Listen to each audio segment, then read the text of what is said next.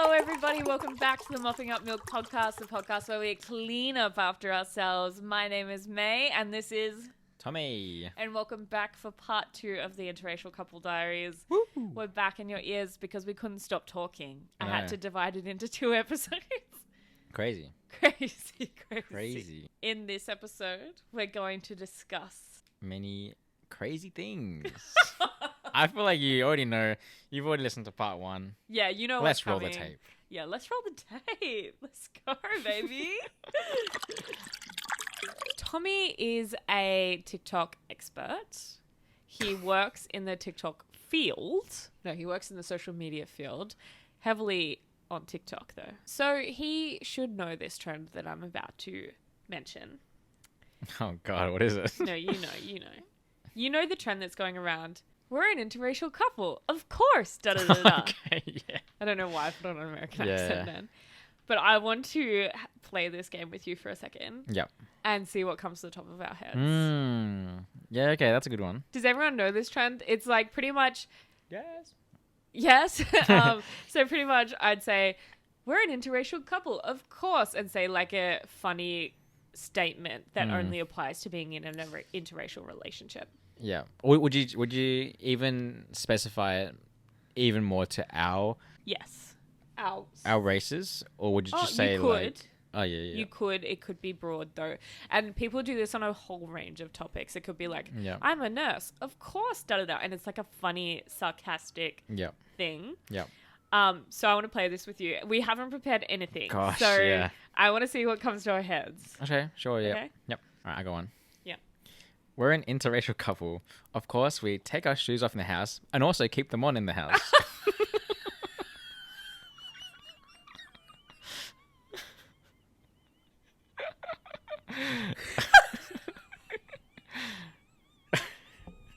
Oh, gosh.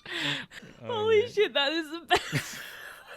You like that one? That's the best one you could have done. Guys, I grew up in a mix of shoes on and shoes off. It was mainly like when mum had freshly mopped the floors, we'd take our shoes off. But if it was getting close to the end of the week before mum washes the floor, then we could walk on it with our shoes. But here it's like case by case basis as well. Yeah, We've literally. adapted that. We have. It's mainly shoes off. We like to pretend we are a very good Asian household. Yeah. But then, you know, if we have to run inside to grab something, sometimes the fuck shoes it. stay on. Like, Yeah, we're like, shoes stay fuck on. it, run. Yeah, literally.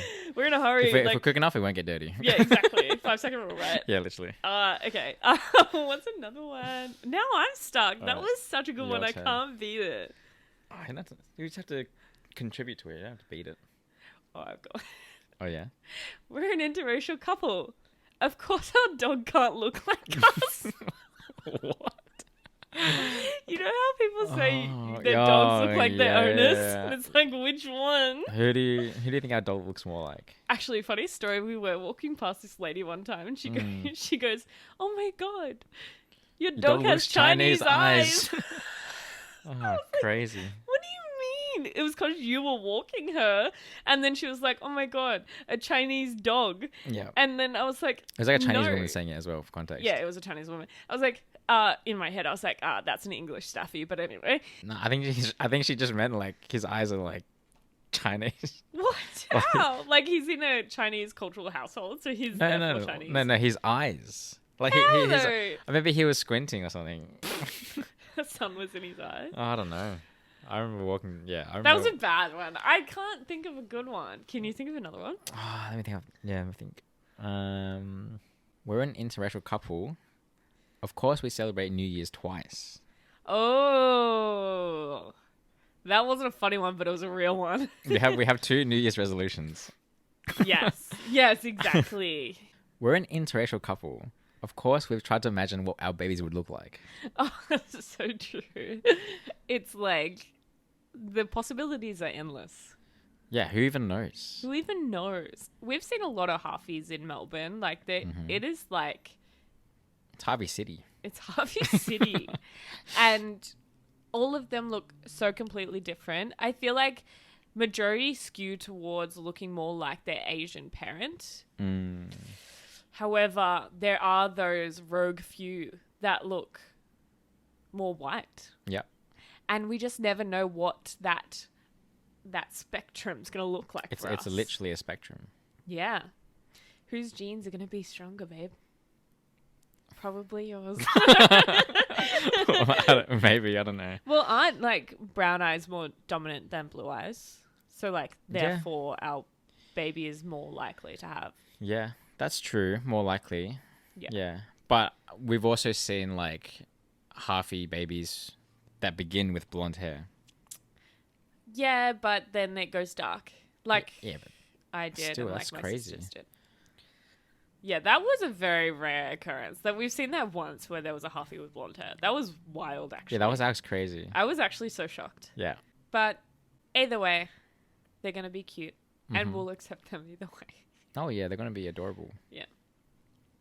Speaking of, that's another thing that's going to be like maybe a challenge for us. And we spoke about this recently, is about when we have kids, because we have discussed that we do want to have kids, is that for me, if we do have a girl and she has like predominantly your genes, right? If she looks more like you, and maybe she has your hair type, and maybe she like, you know, your genes were stronger and she looks more Asian. I don't know what it's like to grow up being Asian or looking Asian. Yeah. So I don't know what she is going to have to go through. If she is going to have to go through things that are different to me, she probably is. And I don't know how to relate to her in that way. And that's something that like maybe I am worried about. But I obviously know that I'll be able to like be there for her. But like maybe it's her hair is so thick and I haven't had to deal with thick hair before. And I have to do her hair in the morning. You know what I mean? There's like little things that we won't really know until like we're in the situation. Yeah, that's really true. Because like they aren't completely either one of us. Yeah. And that's going to be like a new reality for them.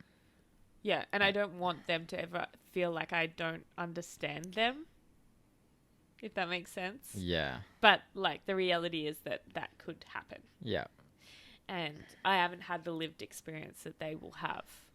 But you will. If they do look more like you. Kind of. But we like if we like flip the script as well, like they could say the same thing about like me if it was like, let's say, a boy, right? Right. They might say, but Dad, you don't know what it's like to be white or half. Yeah. When we were talking about this the other day, we were saying that like we're actually gonna be in a world where they're probably more halfies than like white people than like, or like 100% like 100%, ethnically that race. Yeah, that's gonna be like becoming more rare. I love that. Which is Iconic. really interesting. And the important thing is, and the responsibility, I think, of the parents is to maintain both cultures. Yes. Because if they don't, or if one doesn't, and then there continues to be like more like interracial couples, or like babies in the next generation, then one culture gets diluted, right, and gets lost. So, right. So the important thing is to actually continue both cultures as much as possible. Yeah, we were also discussing this when we were like, we can't wait because like obviously currently as a couple we celebrate both cultures anyway, and we'll just continue to do so. Yeah. Like I can't wait to teach. I'm learning Cantonese so that we can teach our kids Cantonese, and so that I can communicate better with Tommy's parents and family, aunties and uncles, whatever. But so that I can help provide education on Chinese culture for our children. And then we're still figuring out the exact ways we can teach our kids Scottish culture, but you know, feed them some haggis. It's just haggis. Haggis, darling. But I'm joking. There's obviously a lot of things we can do. But yeah. This is an interesting thing I found when researching interracial couples as a whole. Like I wanted to have research behind this episode. I didn't want to just come in with our opinions and our experience. Because I feel like there are so many different cultures involved with an interracial relationship. It can be a mix of anyone, right? It just means two different cultures coming together. It's like people listening to this won't just be like a white Asian relationship. So I wanted to Yeah. Keep it more general, if you know what I mean. Yeah. But one thing that I want to know about you, Tommy, or from you, is, are you afraid that I won't be able to understand a part of your cultural identity? My mind goes to no. Explain your thought process. Just Yeah. talk us through it. Like, I'm trying to think of parts of my identity that are really complex and, you know, wouldn't be understandable. But Right. there aren't any, I think. Like, anything can be understood with an open mind. Right. And I think it takes an open-minded person to be in a solid interracial relationship. Right. And knowing you, you're a very open-minded person, and you're so accepting and open to learning. Yeah. So to me right now, I can't think of anything that's like, yeah, you wouldn't understand that. There's not obviously with both of us, there's still more to learn and to discover and to understand. Yes. And you know, there's depth in that. Yes. But I don't think that there's something that it's impossible for you to understand. Yeah. In saying that as well, you mentioned something that is like one of the biggest pros to being in an interracial relationship is constant learning. And like there's always like a stone unturned. Every day, or like all the time, you teach me about something regarding your culture, and I'm like, oh my god, no way, like I really didn't know that. I never learned that before because, you know, I hadn't been exposed to it, and I love that. It keeps things interesting all the time.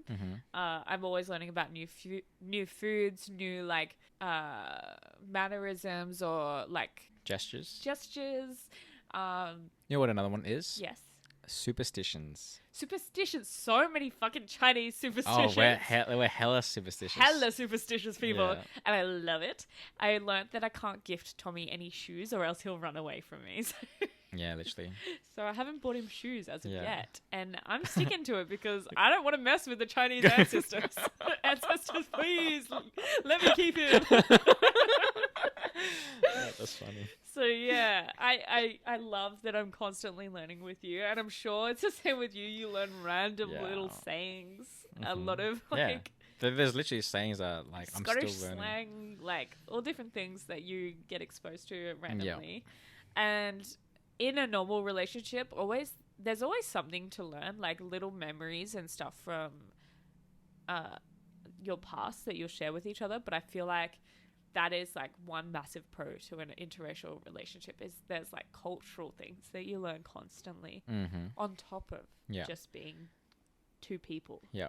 And I do you think like something that sorry, I don't know how to phrase this, but okay. The thing that I think is really important in a interracial relationship for both partners is the faith that the other person has the ability to learn everything. Right. Like if I didn't have the faith that you could learn Cantonese, you can learn the depths of Chinese culture, you can learn all the different mannerisms, gestures, superstitions, whatever you want to call it. Yeah. If I didn't have that faith in you, then it'd be tricky. Okay, I see what you're saying. But that's one of the important things in the partnership, in the relationship, is that we both need to have faith in each other. We're going to show up for each other. Or else, if I didn't have faith in you, then it would not be like an equal relationship. So, for example, if I didn't have the interest in starting to learn Cantonese, would you be questioning me? Yeah. Wow. And that was on my own accord that I wanted to learn Cantonese. Yeah, and that's great. Because why the fuck not? If I have someone that I'm living with who speaks another language to me, why wouldn't I take advantage of that? Yeah. And the reason why I think that is because I think, again, in an interracial relationship, once you have your next generation, they are ultimately the ones who pass on both cultures. Yeah, for sure. And we're responsible for that passing on. That's yeah. So without the equal learning of both cultures, one of them is going to be passed on more heavily than the other. Right. Which means the other one loses out. Yeah. And I don't think you have anything to worry about. I think it's more my culture that probably losing out. No, I mean, I love being with you, and I love that you can teach me so many things. That's something about me personally that's just a inherent personality trait of mine maybe is that I'm forever curious. And I love to learn new things, like literally all the time. So I think maybe I'm the right person for the job. I think you might be. You've got the job, baby. Yay, yay, yay. You know, I've served in 2.5 You're years. hired. You passed probation. You also passed probation. Oh, thank you very much. I think you literally have my family's hearts, and that is like the most important thing for me. You whip out the Scottish accent every now and again. I love that. You love to be with me and you support me. Sometimes I can be like, what is interesting about my culture, and you remind me that I do have a lot of culture and that I should be proud of myself. And I love you for that, because sometimes I lose myself in feeling empathy towards others because I am surrounded by a lot of people who aren't white. And you remind me that I do have culture and I do have something to be proud of. You remind me that I am a good person and that I do have culture, and like you remind me to hold on to my Scottish roots, which I really, really love about you. And without you, I'd probably feel a massive disconnect because I don't know how to feel about it. Yeah. I love you. I love you. And I could say the same thing. Like you make sure that I'm so in touch with my culture. Yeah. And you make sure that you're on top of it. You make sure that experiencing both people is like families, and making sure that we're exposed to essentially the culture is a priority. And that's really important for me, because I for sure value both of our cultures, and I value, like, you know, everyone's preservation of their culture. I love to see that in you. Yeah, you're a good candidate. Yeah, like I think, like in my eyes, it's so easy to see like so much strong culture from you being Chinese. Like Chinese culture is so strong and historic, and like there's so many different like intricacies of the Chinese culture and like history. Yep. Whereas I think for me, like my mum's family is Scottish, and my mum's family is like immediately Scottish, right? But my dad's family is like really in the far past Irish. So I think it's hard for me to like find things to connect with. And you know what that tells us? Do you know what I mean? And do you know what that tells us? What? That tells us that we've only just scratched the surface. Okay, yeah. We've only just seen the tip of the iceberg. But isn't that crazy that I've only got the tip of the iceberg before meeting you? It's not like that you haven't been exposed to everything yet. I just don't really know how to explore it. Yeah. And to be honest, me too. I've still got so much to learn about Chinese.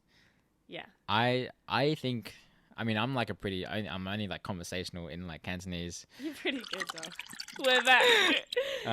Sorry guys, brief intermission. We filled up the SD card, so we're back. Tommy has a different ice bag just for like discrepancy. Yeah, it's getting watery. Already. The same thing with like Scottish and like Irish culture. If you want, let's like, you know, watch movies that are Scottish and Irish. Not necessarily even old movies, like new ones, like the New Blood. Let's see what they have to say. Oh, like and let's watch some Peaky Blinders. Peaky Blinders. Yeah. Peaky Blinders. We'll work on the accent.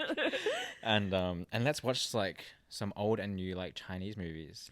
I'm so excited to see some C dramas for sure. Yeah, like because I think through the media and through the art forms, that's when we can really see perspective in culture. Yeah. I think we've only just scraped the surface, and there's still so much to learn. Yeah, we can continuously learn. You teach me that there's more to learn for me, and that, you know, that's not all there is to being Scottish, or that's not all there is to being white. Like, you help me to see, you know, there are good things to learn about my culture. And I was also, as you were saying that, I was also just thinking that, you know, why is that? Why is there, like, for a lot of people like me, an affinity to, like, connect with culture, especially being not born from the general culture of the land? Right. And I think that's because... you mean you being born in Australia and your culture is... Correct. Chinese, yeah. So the reason by that is, like, it's something that makes me different. Yeah. And that's a strength. It's an exciting thing. It's it's what makes me unique and exciting. Yeah. And so when I discover more of that, when I dig for more of that, and I like can get even more connected with it, that's when I feel like, yeah, like this is what it means to be different in my way. Oh, I love that. So whenever there was like, growing up, whenever there was like, I don't know, somewhere on TV or like in a cartoon or whatever, there's reference to like, you know, a Chinese dragon, or there's reference to like something about like, you know, a boat in Hong Kong or something, or like, or even just like, you know, seeing like kung fu or something in like a movie. I'm like, fuck yeah. Hell I'm like, yeah, that's baby. awesome. Oh, that's really sweet. I love that. Love that. I feel like whenever I hear a Scottish accent, I get excited. Yeah, yeah, for That's sure. the extent for me. No, that's great. I love seeing there's actually been a big rise of Scottish content creators on TikTok, and I love the Scottish girlies coming out with their like really thick Scottish accent, but being like the most girliest of girly pops. Because sometimes the Scottish accent can be quite like husky and rough, but it's coming from these really sweet like girls on the app, and it's just like really cool to see. Yeah. I'm just like, this is the land of my people. The other thing about interracial couples is now you get not only interracial couples, but you get interracial families. Yeah. Like, from what I've experienced with your family, is that they're really opening themselves up to intentionally exposing themselves to my culture. I see what you're saying. Like, not interracial families in the way that we like have kids. Not our family. You're talking about my family. Yeah. Starting to like through our relationship are exposed to your culture. Yeah. My parents are so excited to learn from Tommy, and I love to see it. Mum loves to cook. She used to be a chef, so she's like getting Tommy to write down recipes. She's getting Tommy, whenever we have to buy them a present, we buy them, for example, we bought them a hot pot kit and got them all the ingredients to make their own hot pot at home. They saw us do K-barbecue at home, and they bought themselves a grill to put on the table at their house. Like, they love learning from you. And that's what I also find really intriguing and interesting, and like I super appreciate that from your family. Yeah. Is that like they, in their way, and that's their way, they are showing me that they accept me and welcome me, and they want to learn more about me. Yeah. Which they're here for it. Yeah, and that makes me feel really really warm and fuzzy. Oh, that's really nice. Yeah. Yeah, recently for Lunar New Year, Tommy got my parents and my sisters, well, we both got them some red envelopes. Usually it's for, I'll explain this because I know. Yeah, go on. Usually red envelopes are given from parents or elders to younger people in Chinese culture at New Year's time, usually with money in the envelope to wish them prosperity and like good luck and good fortune. However, it's not very common for like the junior to give it to like their parents or elders or aunties and uncles. But we decided we wanted to get them involved in the Chinese culture of New Year's, Chinese New Year. So we decided to give them all the red envelope with some Chinese lollies in it. Yes. And I thought that was such a good idea. You said, let's fill them with Chinese lollies because it's a bit weird for us to give my parents money. Like, that's just not, that's not the thing that we should do. Yeah. And my sisters, because my sisters love you too, and they love learning about Chinese culture. And that's a sidebar, but I love how you get along with my sisters, and they really, really love and appreciate you, and they feel that mutual respect from you. My family was so excited to get this red envelope from Tommy, and Tommy made an effort to teach them how to say Happy New Year in Cantonese for them to receive their red envelope, because in Chinese culture you have to say your well-wishings for... Yeah, you have to return the favor. Exactly. You have to give your well-wishings for the person giving you the envelope. Yep. And you need to receive it with two hands, and Tommy taught them they need to receive it with two hands, and they need to say... 新年快樂. 新年快樂 or 恭喜發財. Hey. And my mum and dad, I think, mum felt a bit like under pressure. She's like, it's happening now. All right, we're going to learn it now. And so did dad. Yeah. But they both really tried. Oh, 100%. And exactly. They tried until they got it right. Yeah. And they weren't afraid of trying. Yeah. And I really, really appreciated that from them. Yeah. And they did it and they said it. And throughout the night after that, they were practicing it and they were saying it. Yeah. And they were like, how do I say it again? And they were like trying to remember it. And my mum even mentioned, because we explained the tradition of the red envelope and that the parents usually give it to their children. And mum said, Paul, we need to remember this for next year. Paul, take notes. Mum was taking notes so that next year she can give you and give me a red envelope and do the tradition how it should be done. Yeah. And I felt my heart was like so happy. Like my mum wants to start that tradition in her family because of you and because you taught it to her. Yeah, that's cool. Yeah. That's really, I mad respect. Mad respect. That's really Jano, cool. mad respect. Mad respect. Yeah. I thought that was so nice. Like to hear mum in the background saying, Paul, take notes. Come on. Like we need to do this next year. Like mum was saying, they're trying to say that, like, you know, they need to like, this is what we need to do next year. And they really, really, really try to like learn it as best and as perfect as they can. The pronunciation and the tones of it. And yeah, so down to the tone. So good. Yeah. And my sisters also repeated it until they got it right. Yeah. And I expected that from them for sure. Oh, nice. Yeah. Yeah. Yeah. They love it. I mean, yeah, there's, again, so much more to share with them and to learn. Yeah, and as you said, starting this conversation, my family are like so excited and ask you so many questions all the time. There will be more. There'll be more things. There's so much more. Mum especially loves the food that you share with her or the recipes you share with her. There's still more to be done. Yeah. Dad loves Szechuan peppercorns, apparently. Yeah, so surprised. We went to Hot Pot and we got the half and half. So we got like the numbing spice one and the mushroom one. Herbal. Yeah, herbal, which is like, really, really clear. It's still flavorful. But like not spicy. Not spicy. But yeah, I'm super surprised that your dad really He's like right in there. Yeah, he really went was for like the mopping up those spicy peppercorns. ones. Yeah, really enjoyed it. Like bit into the peppercorns and like, oh wow, that was really good. I love the spicy side, but I don't touch the peppercorns when it's in hot pot because it's so incredibly spicy. Yeah, and I'm like making sure I dip off the Yeah. peppercorns. But Dad was like he was all mopping over them it, up, and that's awesome. scooping them up. I was like, respect that. That's awesome. Yeah. Okay, I feel like we've been talking for long enough. Oh yeah, Timothy. we've been sitting on this seat for a little while. It's been a few hours we've been recording for, so we've cut it up into 2 episodes. If you didn't check out part 1, part 1's already posted on my feed. Thank you so much for joining us. If you have, as I said earlier, if you have any questions for us about being an interracial couple, I can't speak now. But if you have any questions for us as a couple in general, if you have any questions for Tommy about his job, about him, let me know. And Tommy wants to come back apparently. So let us know what your questions are and I'll get him back on the podcast for sure.